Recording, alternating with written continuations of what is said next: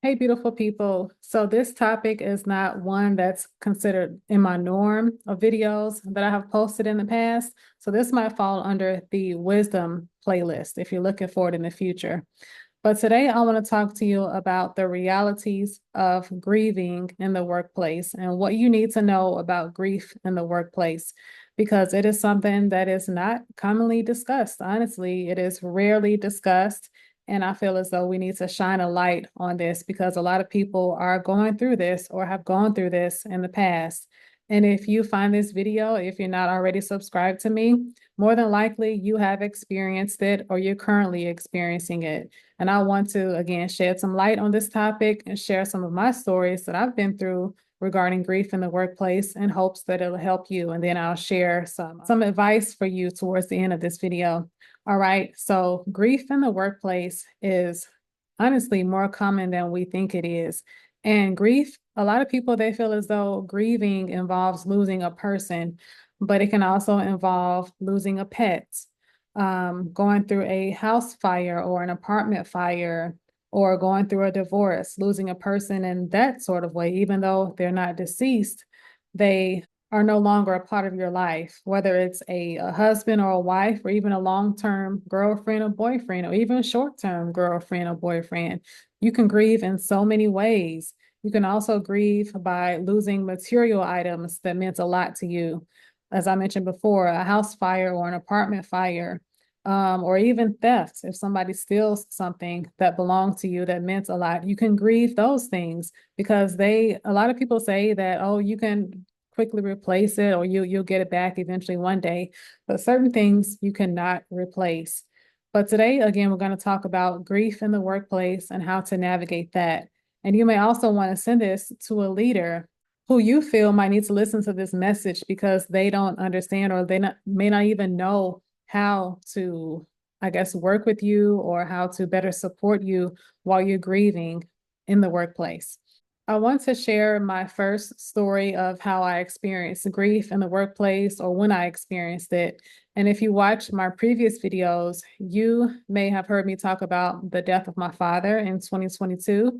But in reality, that was not the first time I experienced losing somebody while still having to go to work days after the funeral and things like that. So my first encounter with grieving in the workplace was actually back in 2007. Okay.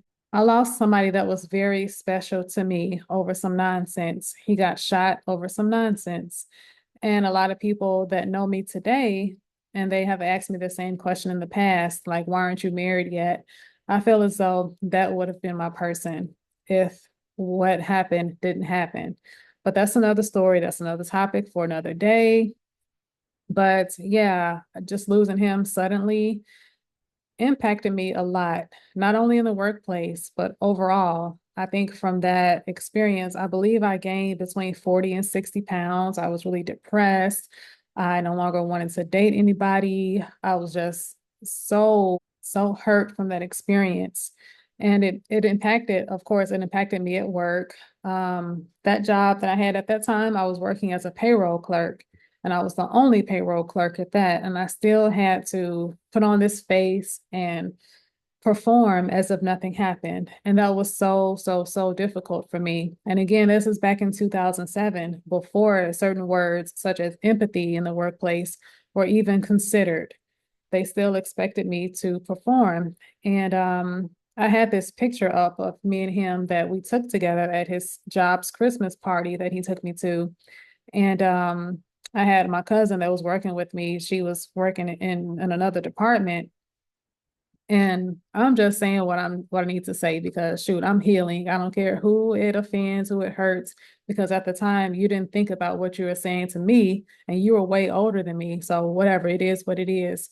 But this cousin of mine was working at the same job and she told my mom that I had pictures of him all over my desk when it was just one picture. And she was saying that I needed to move on and people die all the time. Yes, this was said. That was so inconsiderate, right? Like, I feel like she should have known better than to say that. But anyway, also other people that knew about what happened, that people that worked with me, Some of them were sympathetic, some weren't, of course. They would comment on my appearance because I used to be, before that I was really put together. I had on nice outfits and things like that. But after that happened, I would just wear slacks, and sometimes my shirt was unironed. It was a little bit wrinkly, but I would just show up to work to make sure they got paid because that was my job. But I felt like I needed more time after the funeral to process things. And these whole bereavement policies, they're so outdated. Even to this day, even though this happened in 2007, they considered being off work for an extended period of time is only granted to those people who lost somebody like their father, their mother, a sibling. They don't even consider an aunt or an uncle, because that aunt or uncle could be like a father figure or a motherly figure to some people, right? So I just think that these whole bereavement policies regarding time off for certain people who died is just, like I said, outdated and lack a whole lot of empathy and understanding for the person and their family dynamics. But yeah, people were saying things about me behind my back, saying that, I'm still young, I can still move on, and I need to get over that. Things like this happen. And it was just so difficult dealing with the sudden loss and then dealing with what people had to say as well, not knowing how to support a grieving person or not even caring how to support somebody, not even just having the whole mentality or just not knowing what not to say to people. Like that should be common sense, right? But that's what I had to deal with in 2007. This was my first encounter with dealing with grief in the workplace, and I was still expected to perform and act like nothing happened, even though something tragic did, in fact, happen. So that was really difficult. So what a lot of people may not know and understand is that grief affects a lot in the workplace regarding, you lose the ability to focus. You do tend to make a lot more mistakes than before because nobody's perfect. You're going to make mistakes regardless. But the productivity rate can decrease as a result of grieving in the workplace. And again, this is not limited to just losing somebody close to you. It can be like a neighbor. Like I said, their inability to focus on certain tasks diminishes. Your productivity rate diminishes as well. Absenteeism happens as a result of grieving in the workplace. You may need to take sick days if you don't have enough bereavement days left over. More than likely, you probably don't because they only give you, what, 3 bereavement days, which is ridiculous. But yeah, you may call off work because you need that mental break. And also people need to understand that grieving employees, they may not be as social as they were before because they're dealing with the whole weight of what just happened. They're unable to, I guess, fully process it. So that's why it's important to give grieving employees space. Don't force a conversation with them. Don't say inconsiderate things like, oh, I lost somebody before in the past and I got over it. No, that does not help them at all. If you don't know what to say, don't say anything at all. Just be a listening ear for them when they want to talk and stop and think before responding. If you think or if you feel as though what you're going to say is not going to benefit them, don't say it. Just again, be a listening ear for them. Give them a gift card for lunch because sometimes people that are grieving, we forget to eat or we forget that we're even hungry because we are just so wrapped up in our own emotions or going through things regarding insurance paperwork and dealing with these courts and all that nonsense. That's a whole nother story right there. But yeah, just be there for your employees or your coworkers and let them know that everything's going to be okay. Whether you choose to say this non-verbally or verbally, just be cognizant of what they're going through and support them the best way you know how. And again, stop and think before you say something ignorant to them that's not going to help them at all. Okay. You can say something simple, such as, I'm so sorry for your loss, and offer to take some work off of them, like to lessen their workload when they do come back to work, to let them know you fully support them even more, like offer your assistance or your help, or just take on certain projects that you know you can do while you're in your right state of mind. That will definitely alleviate some of their stress. You just don't know how beneficial that will be to that person. So that's something to think about right there. And also, lastly, while you're supporting your grieving coworkers or your grieving employees, understand that it's not a linear path. Grief has its ups and downs. One day you might feel as though they're doing great or that they're quote unquote over it, over losing somebody in their life or losing certain things in their lives because they may come to work a little bit more, I guess, cheerful than other days.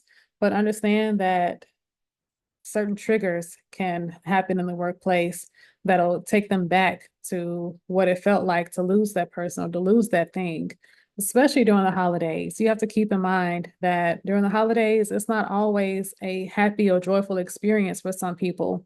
So be cognizant of that and try to find ways to support your grieving employees throughout the holidays, and not just Christmas and New Year's and Thanksgiving. There's also other holidays that fall in between that you may want to just ask them, are they doing okay? Because some families, they get together during the summer months, such as like Labor Day, Memorial Day.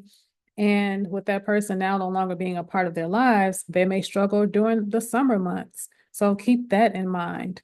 So you may want to just, I guess, pull them to the side and ask them, how can I best support you throughout the holidays? And just let them know you're always going to be there for them. And I'm giving this advice because I wish that I would have had that same support at the job that I had back in 2007.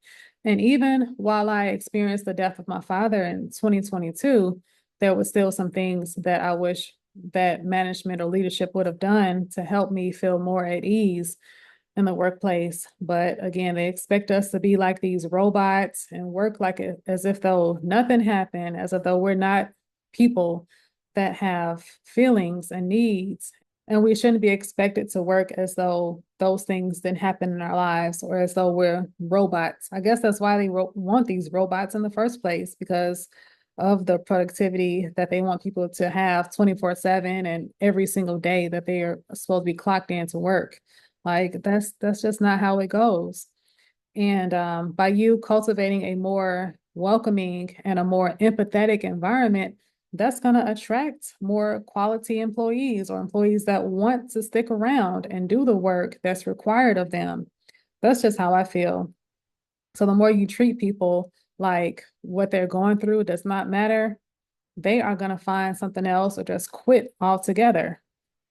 Case in point.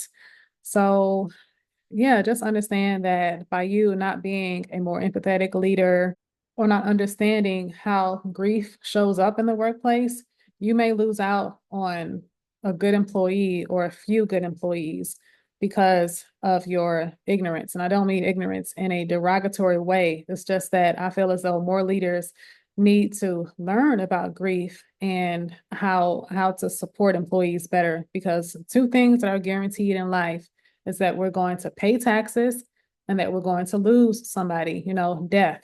Death and taxes are two guarantees in life.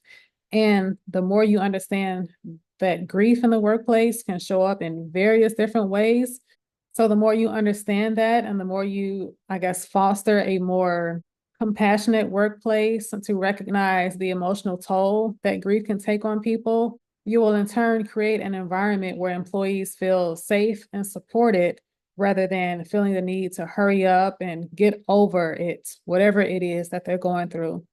So I hope that this video helped somebody or some people to understand how grief can show up in the workplace and how you can support your employees or your coworkers when dealing with grief. And if you are dealing with grief in the workplace, know that my heart goes out to you. I deeply, deeply empathize with you and I understand fully what you're going through.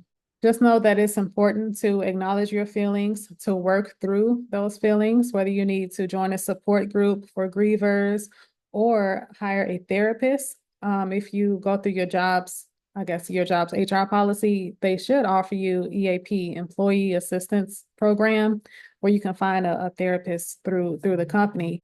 Grief is very complex and nobody goes through it the same way. Like I said, there's ebbs and flows, okay? So just understand that and know that you're not doing anything wrong. If you need to step away and cry in your car a little bit or go to the bathroom and cry and just let out your frustrations, just understand that there's nothing wrong with that. And I want to share a couple of resources that helped me throughout my journey of grief and working through it. So these two books really helped me. It's the Grief Recovery Handbook. You can find this on Amazon. It's by two doctors, John James and Russell Friedman. And then this book here, Signs. I found this on Amazon as well, and it's by Laura Lynn Jackson. This is an awesome book. I really love this. As you can see, it's very well read. But yeah, these are some awesome resources for me, and I hope that they help you out as well. But that's today's video about grief in the workplace and how it shows up and how you can support people. If you found this video really helpful, please leave a comment down below and let me know your thoughts. And as you know, I love to comment back and respond back. As I say in all my videos, like, comment, share, subscribe, do all the YouTube things, and I'll see you next time. Bye.